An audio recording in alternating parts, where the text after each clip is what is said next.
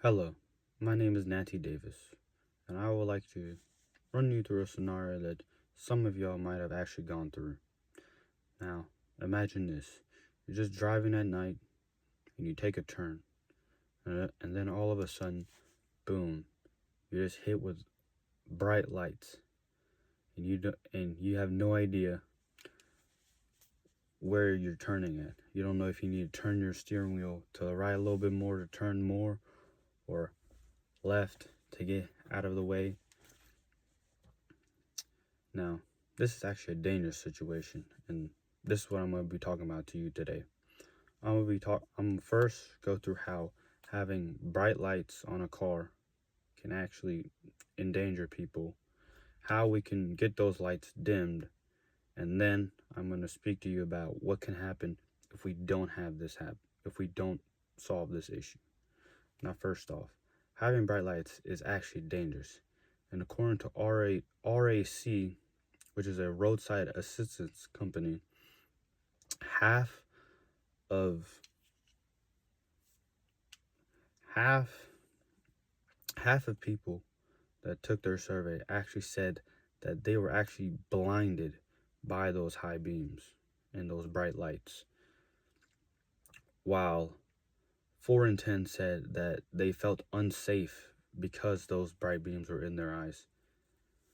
And some even reported that after they were exposed to this high beams, that they actually had headaches and migraines. Now imagine if you had to go through headaches and migraines just because you were hit with some bright lights. You wouldn't really enjoy that, would you? But the Insurance Institute for Highway Safety also has, which is a non-profit scientific and educational organization, also found that half of fatal car accidents actually happen at night, and out of those half, 12 to 15% of those accidents were caused because of bright lights. Now that you know that having bright lights can actually be dangerous for drivers, how can we get this lowered? So I would like you to go to softlights.org, which has a petition for getting those which has a petition for getting those bright lights lowered into a safe amount. That was softlights.org. Now, if we don't get these bright lights fixed, all you're just going to see is just more and more brighter lights on more and more cars. And you might be wondering, there has to be a there has to be a solution by now already for these bright lights. Well, actually, there is. According to the NHTSA, which is the National Highway and Traffic Safety Administration, there actually is a solution, other solution, except for just lowering the lights. There's something called adaptive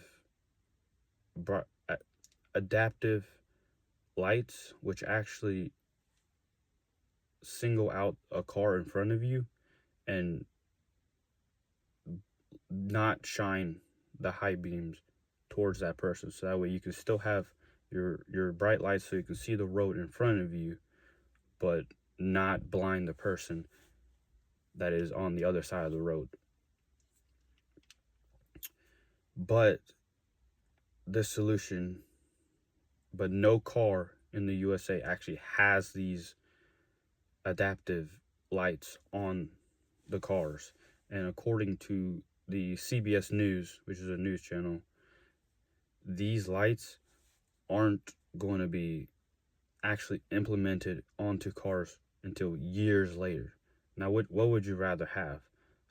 A solution that will be solved years later, or a solution that can be solved right now at this moment? Now, I would like to thank you for your time, for letting me speak, and thank you for allowing me to talk to you about how bright lights can actually be dangerous, how we can lower those bright lights and what can happen if we do not lower these bright lights, and how it will affect you guys out there in the world. Now, let's lower our lights